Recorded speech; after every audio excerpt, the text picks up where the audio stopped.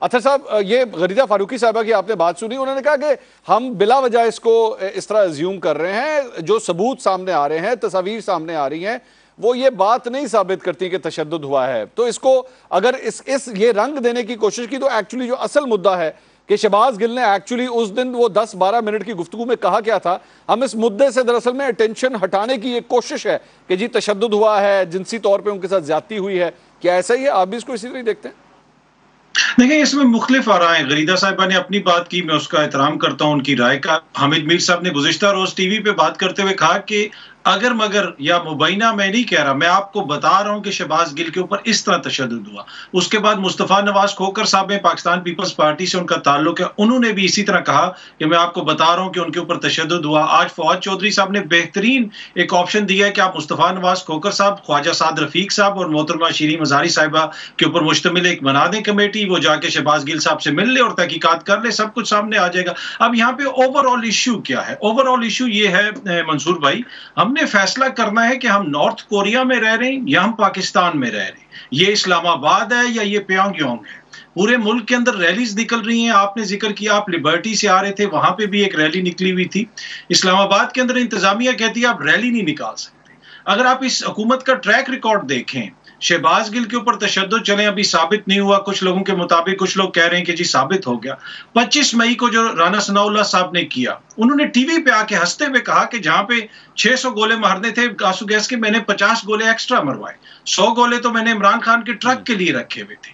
25 مئی سے پہلے 24 مئی کی رات کو لاہور کے اندر جو کچھ ہوا، جو کچھ علامہ اقبال کی بہو کے گھر میں ہوا، جس طرح دروازے توڑ کے پولیس گھروں میں گھسی، ایک ٹریک ریکارڈ ہے اس حکومت کا۔ ایک خوف کی فضا قائم کرنے کی کوشش کی۔ اسلام آباد کے اندر ریلی نکالنے کی اجازت نہیں ہے، پورے ملک میں ریلیاں نکل رہی ہیں۔ اگین میں وہی بات کروں گا، کیا یہ شمالی کوریا ہے یا اسلام آباد ہے جہاں پہ ہم رہتے ہیں؟ کیوں اجازت نہیں ہے ریلی نکالنے کی؟ ریلی نکالنے سے کیا فرق پڑ جائے گا؟ دوسرا، پھر اس وقت ماحول یہ ہو چکا ہے کہ کل ڈی سی اسلام آباد جو ہیں وہ ٹویٹ کرتے ہیں اپنے ٹویٹر اکاؤنٹ سے کہ شہریوں کو ہم خبردار کر رہے ہیں، اگر کسی نے افسران یا ان کی فیملیز کے حوالے سے بات کی تو قانونی کارروائی کریں گے، FIA کو بیچ میں انوالو کریں گے۔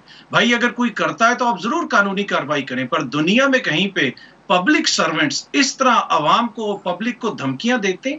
یہ ایک مائنڈ سیٹ ہے۔ اس وقت جو سسٹم چل پڑا ہے، ہر بندہ جو سسٹم کے اندر ہے وہ اپنے آپ کو اتنا انٹائٹلڈ سمجھ رہا ہے کہ میرے خلاف اگر تم نے ایک بھی بات کی تو وہ ریاست کی توہین ہوتی ہے۔ اطہر صاحب ایک سوال، آپ کی بات یہ جو آپ نے 25 مئی کا ذکر کیا، آپ نے ذکر کیا ریلیز نکالنے کی اجازت ہونی چاہیے، ہم ایک جمہوری ملک کے اندر رہتے ہیں، میں آپ کی بات سے کافی حد تک ایگری کرتا ہوں، لیکن جہاں پہ دوسری بات ہے کہ جناب آفیسرز کے حوالے سے یا ان کی فیملیز کے حوالے سے کچھ کہا گیا تو ایکشن لیا جائے گا۔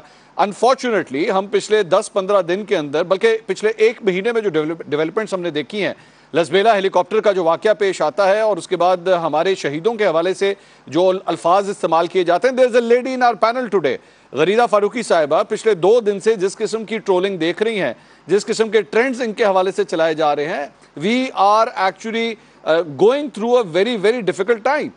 تو اب ڈیفیکلٹ ٹائمز کے لیے ڈیفیکلٹ ڈیسیجنز تو لینے پڑتے ہیں، ڈیسیجنز آپ کو لینے پڑتے ہیں۔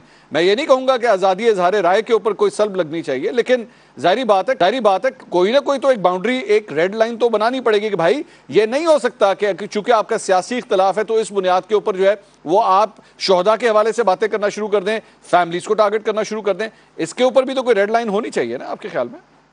میں 100% آپ سے ایگری کرتا ہوں، پر یہ کمپلیٹلی ڈیفرنٹ چیزیں منصور بھائی۔ شہداء کا مسئلہ کمپلیٹلی ڈیفرنٹ ہے، اگر اس میں کسی نے بات کی آپ ضرور مقدمات بنائیں، ڈی سی صاحب کی فیملی کے خلاف بھی اگر کسی نے بات کیا آپ ضرور مقدمہ بنائیں، لیکن ایک سول سرونٹ، سول ایڈمنسٹریشن کہاں پہ دنیا میں آ کے لوگوں کو یہ دھمکیاں دیتی ہے؟ کیا 22 کروڑ عوام جو ہیں وہ اس قسم کا رویہ رکھنے؟ شہداء کے خلاف کتنی ٹویٹس ہوئے، کتنے لوگوں نے، چند بھٹکے ہوئے لوگ ہوں گے نا، آپ ان سے ضرور ڈیل کریں، لیکن ریاست کیا اس طرح پوری عوام کو دبانا شروع کر دیتی ہے؟ دیکھیں مسئلہ یہ ہے کہ جب تک عوام خود کو سیکیور نہیں سمجھیں گے نا تو ریاست سیکیور نہیں ہو سکتی۔ انسیکیور ریاستیں جو ہوتی ہیں وہ عوام کی زندگی عذاب بنا دیتی ہیں۔ جب عوام کی زندگی عذاب بنتی ہے تو اس میں ریاست کبھی بھی سیکیور نہیں ہو سکتی۔ جب عوام خود کو آزاد، خود کو با اختیار، خود کو اس قابل سمجھیں گے کہ وہ اپنی رائے کا اظہار کر سکیں تو ریاست اس طرح مضبوط ہوگی۔ باقی جنہوں نے شہداء کے خلاف کوئی کمپین کی ہے، ایسے بھٹکے ہوئے لوگوں کے خلاف ضرور کمپین ہونی چاہیے، ضرور ان کے خلاف بات بھی ہونی چاہیے۔